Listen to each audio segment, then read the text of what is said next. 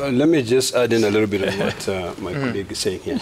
I think it's important for us to ask ourselves where this country is going to be in the next 100 years.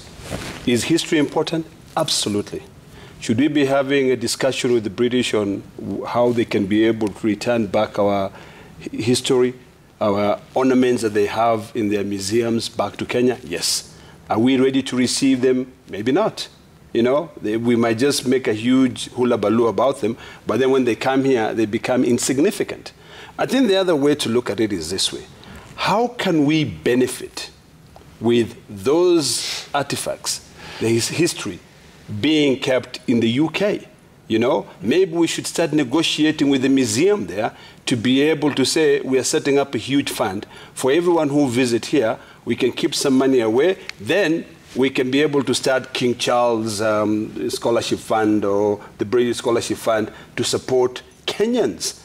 I want to see more Maasai students going abroad. I want to see more Kipsigis young girls and boys going abroad. And I just want to correct my brother here. I'm a conservationist from my toe all the way to the last hair that I have. So it doesn't go to the boundary. You know, we only talk about the issues of Mount Forest, and we have to be candid and to be honest with each other when we're talking about that. So the issue is this. Is it painful for some people to see the head of the UK, the head of state, coming into this country and maybe their families are still suffering? Yes. But let's take this opportunity, you know, to be able to ensure that at least those families will be remembered. They can be considered. My brother talks about an unconditional and unequivocal apology. So what? I'm sorry. So what?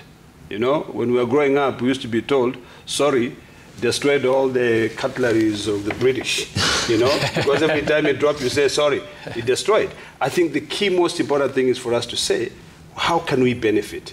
And I want to reiterate the fact that, number one, we have issues of, you know, foreigners owning huge chunks of lands, you know, in Laikipia. You know, people are evicted on a daily basis. And when they're evicted, all these lands, huge. Are those people benefiting, you know, unnecessarily? Yes, they are. Should our people also start benefiting? Absolutely. Should we have this conversation? But is it fair for us to point all our daggers on the monarch when he's coming? No, it's not. Because for over 60 years, we'll soon be celebrating 60 years. And mind you, the British monarchy hold this country in very high esteem. I'm aware that a fortnight ago, they had a big celebration at King Charles's Palace to celebrate the 60th anniversary of Kenyan independence. Right. So that means they value this country. So we need to ask ourselves, our women, he cares about women. You know, he does a lot of programs on women. You know, should we now be looking and saying, how do we empower our women? How do we support our women? To ensure that our women also in leadership are protected. You know, that is very, very important, because nowadays, when you see a woman being very powerful, you attack her. It's not fair. You know, we should learn. So the issue is, what can we benefit? Can we build our relations? Can we extend our relations? You know, I think King Charles is a fair gentleman.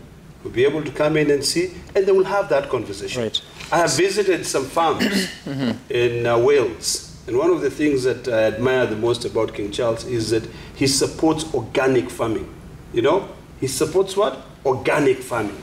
You know, here in this country, I would probably say I'm one of the few who also venture into organic farming. Maybe when he comes back, we should now be talking about how do we improve a lot of on organic farming.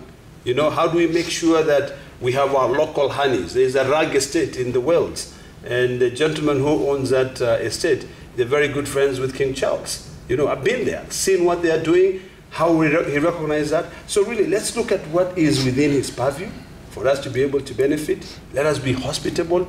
Let it go down the history and say, the King Charles, his first visit to Kenya was hospitable. He was visited well. We had casual conversation. We had discussions, you know, and see how can we make it better. I think in everything that we do, my brother, we should be future-centric. We should say, how is it going to benefit the future generation? Okay. I always keep on saying that in 100 years, none of us will be here. Probably Citizen TV will not be here. You know, maybe news will be read from the satellites or something like that.